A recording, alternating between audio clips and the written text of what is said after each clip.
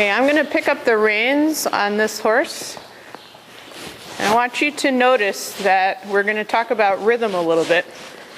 And you'll see that when I picked up the reins, she decided to stop. And that would definitely be called a loss of rhythm. Okay, so rhythm is the bottom of the training pyramid.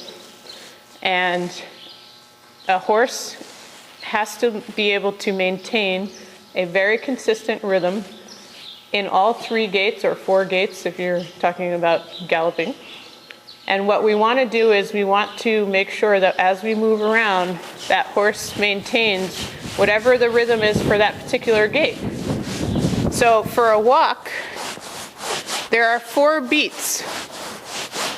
The horse has 4 legs taking 4 independent steps. So if you watch as she walks along, it's 1, 2, 3, 4. 1, 2, 3, 4. 1, 2, 3, 4. Now, I picked this particular horse because she deviates in her rhythm a little bit. So you'll notice the first thing she did when I picked up the reins is she stopped. On other occasions, she'll actually break to the trot and start trotting. Both of those are a break in the rhythm. So what that means is she went from doing this fairly steady 1, 2, 3, 4 to completely stopping, which was a complete stop in her rhythm, right? And you see here, she stopped her rhythm again. And so I'm just going to encourage her to go. On other occasions, she will actually break to trot, which would also be considered a change in rhythm. So rhythm simply means that the horse stays consistent in whatever gait that it's in. So when we're riding, we obviously start with wanting the horse to be in a clear rhythm at the walk, then a clear rhythm at the trot, and a clear rhythm at the canter. This is the bottom of the training pyramid.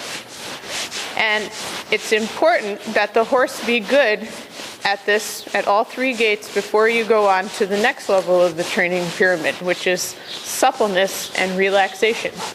So what I'm focusing on right now is that she sort of gets consistent in her rhythm in the walk, and she's actually starting to relax, so she's approaching the second tier of the pyramid by starting to relax into the rein contact that I have.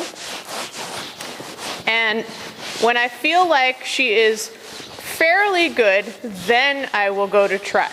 Now, some horses don't have real bad rhythm problems. Some horses are actually quite consistent.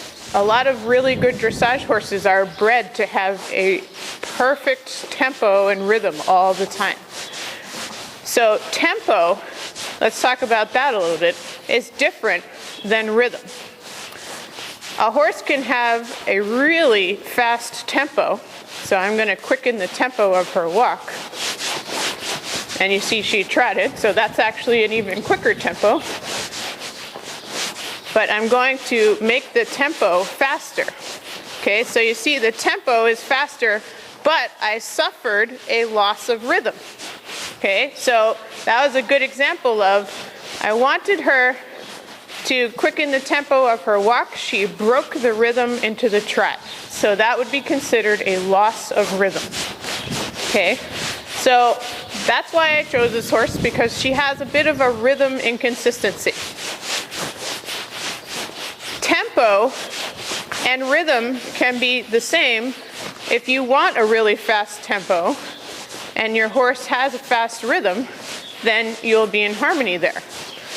But in general, we want a fairly medium to slow tempo with the rhythm. So some people, prefer in the certain breeds to have a very fast tempo in the gaits, like say I'm going to pick on some gaited horses. Some gaited horses have very quick tempos and the rhythm is very quick. But generally, like let's take Western Pleasure, for example, we'd like a very slow tempo. with a very steady rhythm. So that's a good example there. And in dressage and jumping, we would like a medium sort of rhythm with a medium sort of tempo. And the rhythm has to be very, very precise, and you get judged on this. But it's also important for the pleasure horse because it makes them consistent, and it helps them with the next step, which is relaxation and suppleness, which helps to create the frame. The frame being what she is sort of stretching into now. So she's sort of relaxed in her rhythm, and she started to relax into the contact, which is getting towards the second part of the training pyramid.